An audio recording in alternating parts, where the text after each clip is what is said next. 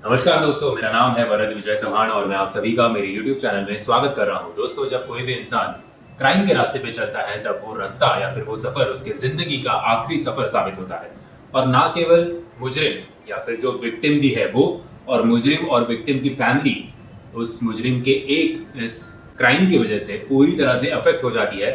पूरी family society में पहले जैसे उठ बैठ नहीं सकती। सो इस चीज़ का हर एक मुजरिम को ध्यान रखना चाहिए कि उसके इस करतूतों की वजह से उसके फैमिली को भी सफ़र करना पड़ता है। आज की कहानी या इस सेगमेंट में मैं आपको जो भी कहानियाँ सुनाऊंगा उसमें से हम क्या क्या सीख सकते हैं उसके बारे में थोड़ा बात करेंगे। और साथ ही में अगर ऐसी कुछ सस्पिशियस घटना हमारे आजू बाजू में होती होगी तो हमें तुरंत कैसे पुलिस को इन्फॉर्म करना चाहिए या किन चीज़ों को हमें नज़रअंदाज नहीं करना चाहिए, उन चीज़ों के बारे में हम बात करेंगे। आज की कहानी एक ऐसी कहानी है जो जिसे हाईकोर्ट ने भी rarest of rare case declare किया था और भारत के इतिहास में पहली बार किसी औरत को 302 के तहत फांसी की सजा सुनाई गई थी। दोस्तों, कहानी है देशपांडे परिवार की। ये देशपांडे परिवार जो है वो इंदौर के एक पॉश इलाके में जिसका नाम था श्रीनगर, वहां पे रहता था। उनके साथ ये दुखद घटना हुई 19 जून 2011 को। 2011 की ये बात है। मुजरिमों को फांसी की सजा तो सुनाई गई है लेकिन अभी तक फांसी हुई नहीं। वो कुछ और बात है। भारत के इतिहास में अगर आप देखोगे तो फांसी की सजा तो काफी लोगों को होती है, बट बहुत कम जनों को फांसी दी जाती है। और जब तक वो फांसी देने की तारीख आती है तब तक या तो वो ऐसे ही गुजर चुके होते हैं या फिर लाइफ इम्प्रिजमेंट उनका हो ही चुका होता है। सो फांसी को भी वैसे कुछ मतलब नहीं होता। एनीवेज, ये कुछ डिबेट की बात है जिसके बारे में आज हम बात नहीं करेंगे। दोस्तों, कहानी है 42 ईयर्स के मेघा देशपांडे की, जो एक वर्किंग वुमेन थी। मल्टी लेवल मार्केटिंग में वो काम करती थी। मल्टी लेवल मार्केटिंग यानी कई कंपनियां होती है जो आपको अपना मेंबर बनाती है और फिर आप जैसे लोगों को इन कंपनी के साथ जोड़ते हो वैसे आप पैसे कमाने लगते हो। सो खुद भी काफी अच्छी तरह से सेटल थी मेघा देशपांडे। उनका हस्बैंड था, वो बैंक मैनेजर था, वो किसी और शहर में था। मेघा देशपांडे इंदौर के श्रीनगर में रहती थी खुद की माँ रोहिणी देशपांडे के साथ और खुद की बेटी अश्लेषा देशपांडे के साथ। बेटी की उम्र थी 21 साल और माँ की उम्र रोहिणी देशपांडे की उम्र थी 70 साल। मेघा देशपांडे को जेवरों का काफी शौक था। मतलब वो कहाँ पे भी निकलती थी, भले बाजार में निकले, शॉपिंग मॉल में निकले, मूवी देखने निकले या किसी फैमिली फंक्शन के लिए निकले तो बड़े बड़े जेवरात पहन के बाहर निकलती थी। नेकलेस हुआ, इयररिंग्स हुए, ब्रेसलेट हुए, रिंग्स हुए, एक्सेट्रा एक्सेट्रा।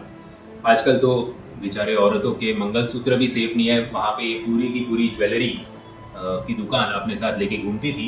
खैर, ऐसी एक बार मेघा देशपांडे जो है वो इंदौर के एक शॉपिंग मॉल में घूम रही थी अपने पूरे ज्वेलरी के साथ। वहां पे उनकी दोस्ती नेहा वर्मा नाम की एक लड़की के साथ हो जाती है। नेहा वर्मा शायद उनके बेटी की उम्र की होगी, तभी 23-24 साल की होगी या उससे भी कम होगी या 27-28 साल की होगी। दोनों में बातचीत होती है। बातचीत का ट्रांसफॉर्मेशन दोस्ती में हो जाता है। काफी सारे दिन दोनों एक दूसरे के साथ फोन पर बात करते हैं। फोन पर बात करते करते नेहा वर्मा मेघा देशपांडे से कहती है कि मुझे भी मल्टी लेवल मार्केटिंग जो है वो ज्वाइन करना है। मेघा उसे अपने घर बुलाती है। सुबह की बात है, नेहा मेघा के घर पे जाती है। कुछ टाइम बाद नेहा जो है वो वहां से निकलती है। उसके बाद पूरी तरह से सन्नाटा वो घर के आजू बाजू में छाया रहता है। शाम के टाइम में, दोपहर के टाइम एक पड़ोसी वहां से गुजर रही होती है। तब वो नोट करती है कि दरवाजे के बाहर काफी खून के धब्बे दिखाई दे रहे हैं और अपने पैरों के निशान जो होते हैं वो पूरी तरह से खून में लथपथ दरवाजे के बाहर जाते हुए नजर आते हैं। अब वो पड़ोसी जो है वो घबरा जाती है। वो मकान मालिक को यानी कि सेक्रेटरी को कॉल करके बताती है कि बाबा देखो, देशपांडे के घर से खून आ रहा है। तो सेक्रेटरी भी नीचे आता है। सेक्रेटरी और पड़ोसी मिलके पहले तो बेल बजाते हैं, मेघा को आवाज लगाते हैं, फोन करते हैं, लेकिन अंदर से कोई भी रिस्पॉन्स नहीं आता। दरवाजा जो है वो अंदर से ही बंद है, ये याद रखिएगा। कोई किसी भी प्रकार का ताला बिला इस घर के बाहर नहीं लगा हुआ। सो इसका मतलब ये है कि घर के अंदर कोई तो है लेकिन जवाब नहीं दे रहा। कुछ टाइम बाद पुलिस को इन्फॉर्म किया जाता है। पुलिस जब आती है तो अंदर का नज़ारा देख के बिल्डिंग में रहने वाले सभी जनों के पैरों के नीचे से जमीन खिसक जाती है, क्योंकि पूरा घर जो है वो ब्लड बाथ से भरा हुआ था, खून से लथपथ था। तीनों महिलाएं जो है, अश्लेषा, रोहिणी और मेघा, तीनों के शरीर खून से लथपथ। और पुलिस ने फिर सबको पहले बाजू में किया। क्राइम सीन जो है उसे पूरी तरह से सिक्योर कर दिया और खुद का इन्वेस्टिगेशन चालू कर दिया। पुलिस को मेघा के घर से 2 बुलेट के शेल्स मिलते हैं। अब अभी 2 बुलेट के शेल्स, इसका मतलब तो ये है कि 2 बुलेट फायर हुए हैं। तो 2 बुलेट से 3 लोग कैसे मर सकते हैं, इसका अंदाजा पुलिस को नहीं आ रहा था। पुलिस जब बॉडी को पैक कर रही थी और पोस्टमार्टम के लिए भेज रही थी, तब पुलिस ने नोटिस किया कि मेघा देशपांडे के सिर में एक गोली तो है, लेकिन ना अश्लेषा के बॉडी में, ना उनकी दादी रोहिणी की बॉडी में एक भी बुलेट नहीं है। लेकिन फिर भी वो लोग खून से लथपथ हैं। तो दूसरा बुलेट गया कहाँ, इस प्रश्न का उत्तर पुलिस को नहीं मिल रहा था। खैर, पुलिस ने ये तीनों बॉडीज पोस्टमार्टम के लिए भेज दी। पोस्टमार्टम के बाद एक तो साफ हुआ कि मेघा की मौत बुलेट से हुई है, और अश्लेषा और रोहिणी को चाकू से वार करके, एक नहीं, दो नहीं, तीन नहीं, कई बार चाकू से वार करके इन दोनों को मारा गया है। अभी भी पुलिस के पास इस प्रश्न का उत्तर नहीं था कि ठीक है, अपने को ये तीनों कैसे मरे, उसका तो जवाब मिल गया, लेकिन दूसरे बुलेट का जो राज है वो अभी भी बरकरार है। पुलिस ने काम कर दिया, नजदीकी अस्पतालों में और आजू बाजू के पुलिस स्टेशन में इंफॉर्मेशन स्प्रेड कर दी।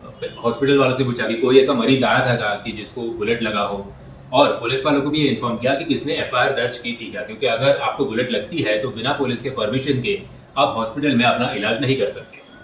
खैर, इसके लिए प्रोसेस के लिए थोड़ा टाइम लगता है, तो पुलिस ने अपना काम कर दिया। मीनवाइल पुलिस जो है वो मेघा देशपांडे के कॉल जो है वो ट्रेस करने लगती है। कॉल ट्रैक करते समय, कॉल रिकॉर्ड्स चेक करते समय पुलिस को एक बात का अंदाजा हुआ कि एक नंबर से इसे काफी टाइम फोन आता है मेघा को, और वो बातचीत भी है वो आधा आधा पौना पौना घंटा चलती रहती है। और वो फोन नंबर भी उसी दिन, जिस दिन मेघा का खून हुआ और जिस टाइम पे अंदाजन मेघा का खून हुआ रहेगा, वो फोन जो था वो उसी बिल्डिंग के आजू बाजू में मौजूद था। तो वो पुलिस नंबर पता लगाती है, तो नंबर निकला नेहा वर्मा का। नेहा वर्मा को पहले ये लोग सीधा इन्वेस्टिगेशन के लिए नहीं बुलाते, उस पर ऊपर नजर रखते हैं। एक टाइम उन्हें पता चलता है कि नेहा वर्मा जो है वो एक एटीएम के पास है। तो पुलिस को तब तक इस बात की जानकारी मिलती है कि ब्लड सैंपल्स में से एक ब्लड सैंपल जो है वो किसी और का है, वो ना मेघा का है, ना अश्लेषा का है, ना रोहिणी का है। तो थोड़ा डाउट पुलिस को आ जाता है कि शायद इस मर्डर से डायरेक्टली या फिर इनडायरेक्टली नेहा वर्मा जो है वो कनेक्टेड है।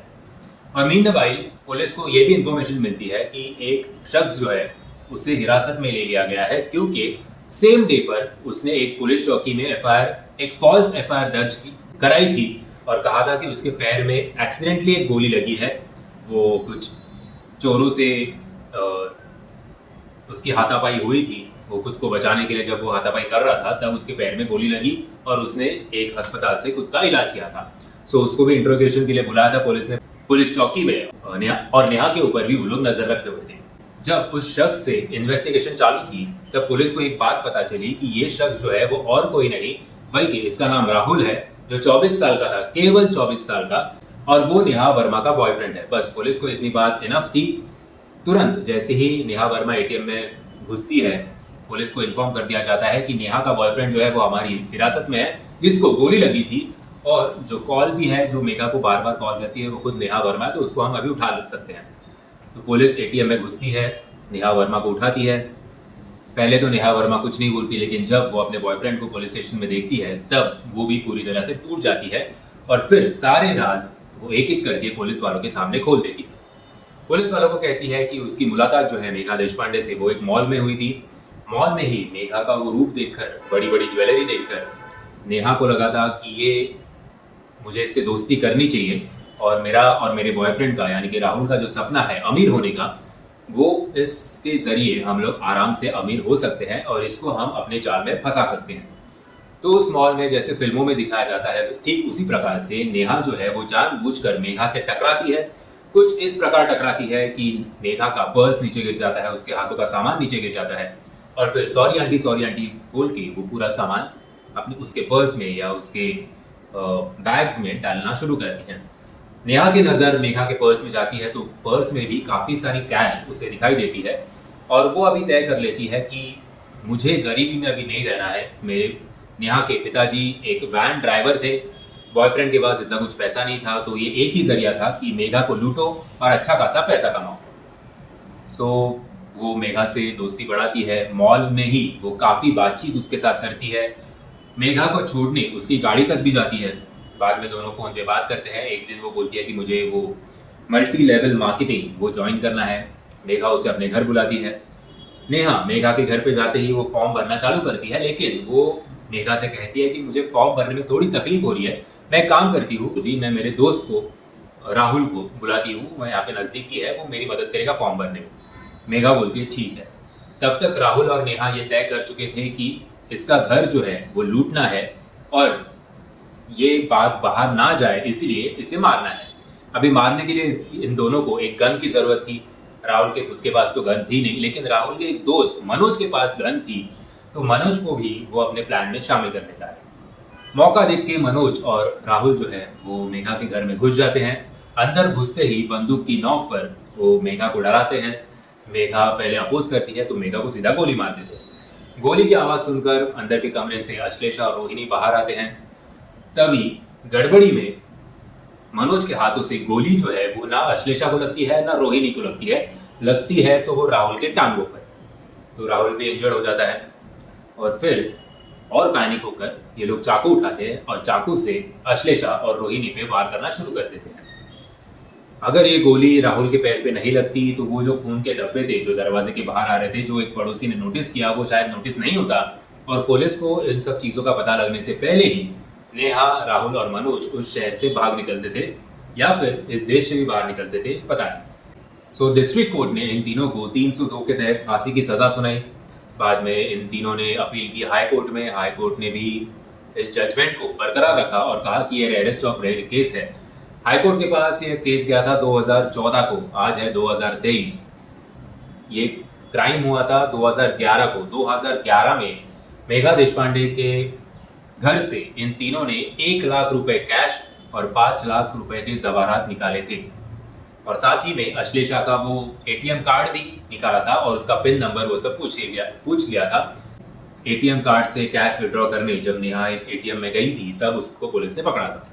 सो 2011 में 1 लाख की कैश और 5 लाख के जेवर, सो आप अभी के हिसाब से एस्टिमेट लगा लो कि कितने की चोरी की होगी। खैर, रातों रात अमीर बनने का सपना इनका तो कुछ हुआ नहीं, ना इन्हें फांसी हुई है अभी तक।